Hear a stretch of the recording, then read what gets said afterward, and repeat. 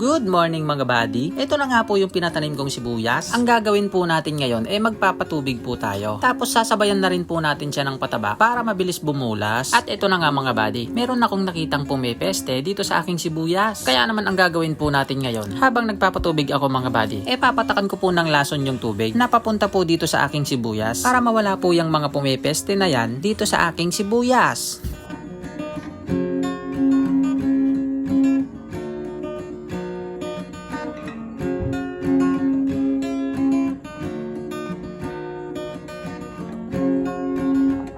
At ito na nga yung ipapatak ko mga buddy. Kumuha po ako ng konting lason at nilagay ko po dito sa bote. Lalagyan po natin siya ngayon ng tubig para dumami. Okay, umpisahan na natin mga buddy. At habang nagpapataba ako mga buddy, nagpapatubig naman si Bilas. Ganito lang ang diskarte namin dito mga buddy. Sabay ang patubig sa pataba para mabilis bumulas ang mga gulay. At pagkatapos ko magpataba, papatak-patakan ko na siya ng lason mga buddy para mawala po yung mga pumipeste dito sa aking sibuyas. Ganun lang ang diskarte mga buddy. Ganun lang. At para sa mga hindi nakakaalam at gusto matuto magsibuyas, panoorin nyo lang tong mga videos na ina-upload ko mga buddy. At sinisigurado ko naman sa inyo na matututo kayo kapag napanood nyo to. Madali lang naman Panoorin nyo na nga lang mga buddy.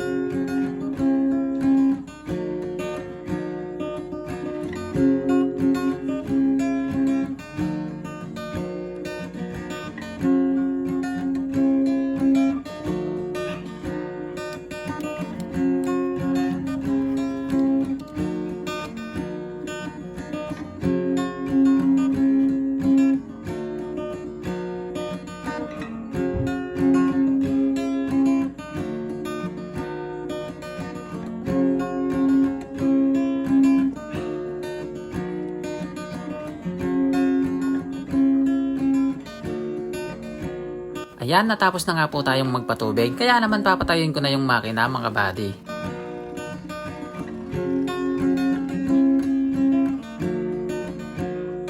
Ang oras ay alas 11:30 na po ng tanghali. Sakto, tanghalian na mga buddy. Kaya naman kumain po muna tayo. Pero syempre, tatapusin ko po muna tong pinapatabaan ko bago tayo kumain.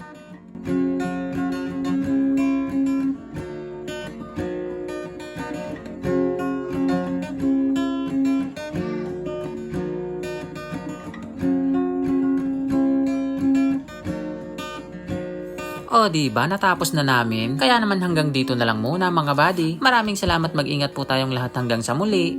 Bye-bye!